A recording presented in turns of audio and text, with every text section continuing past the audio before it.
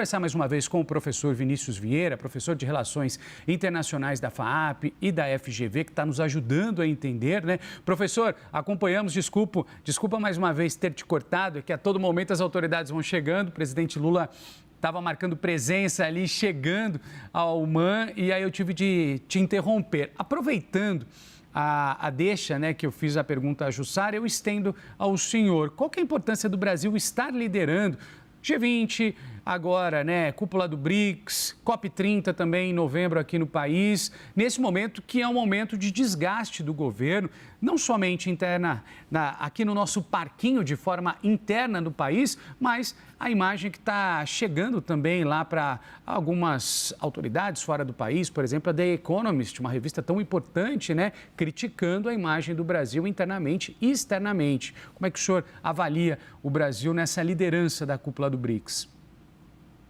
Bem, Renan, aqui o Brasil ele tenta fazer com que o bloco não seja visto como um bloco anti-ocidental, que parecia ser a tendência ali proposta por China e Rússia, principalmente com a incorporação dos novos membros lá em 2024, em que todos, a exceção seria a Argentina, que no fim não acabou entrando aí por conta do governo Javier Milei, que tem uma postura anti-sul global. Mas os demais membros, como a Arábia Saudita e Irã, todos eles autocracias, regimes iliberais, regimes não democráticos.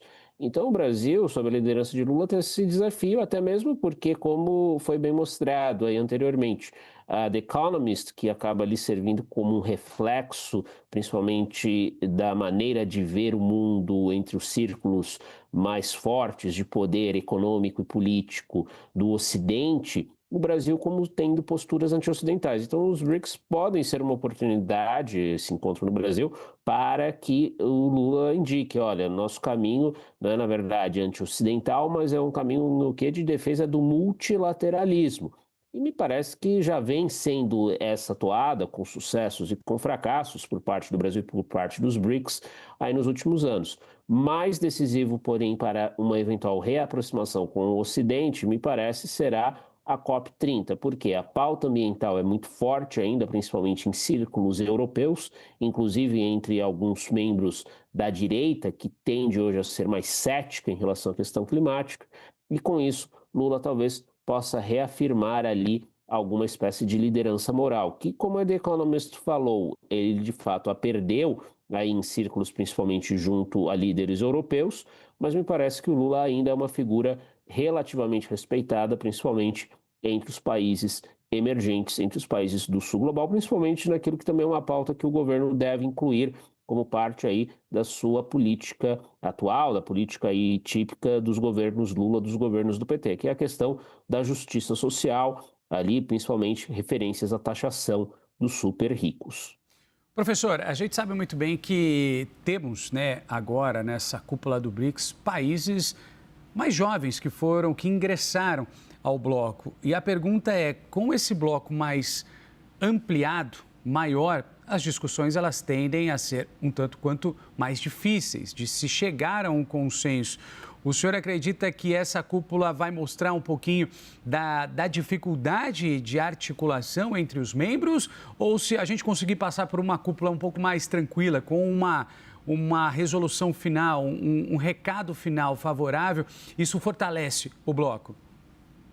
Bem, os recados finais, Renan, sempre eles acabam por existir. O que nós temos de ver é o teor do texto, né? Vai ser um teor mais incisivo em relação a quais temas? Me parece, né, como até falávamos antes, na questão ali Irã-Israel, em função da participação do Irã, houve certa resistência por parte dos representantes de Teherã, dos representantes iranianos, para que houvesse ali uma, vamos dizer, defesa, né, até da existência do Estado palestino, que implica em aceitar a existência de Israel, mas no fim é o que acabou prevalecendo. Então, nessa questão que é polêmica, né, houve aí uma pacificação. O outro ponto é um ataque frontal aos Estados Unidos. Muitos BRICS podem ser favoráveis a isso, mas será que de fato não é melhor uma abordagem em que os BRICS, como estávamos também falando antes, defendam que é o multilateralismo, ou seja, a existência de regras do jogo na política internacional?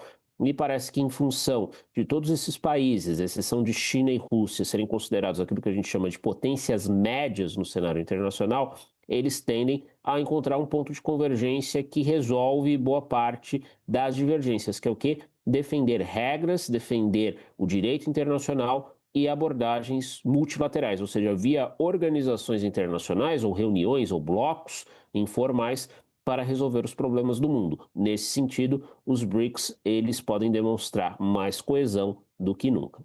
A gente conversou com o professor Vinícius Vieira, professor de Relações Internacionais da FAAP e também da FGV, nos ajudando a entender um pouquinho mais a respeito desse encontro tão importante do BRICS que começou, está acontecendo lá no Rio de Janeiro, hoje e amanhã. Professor, agradeço a sua presença conosco aqui na CNN e desejo ao senhor um ótimo domingo. Obrigado, viu?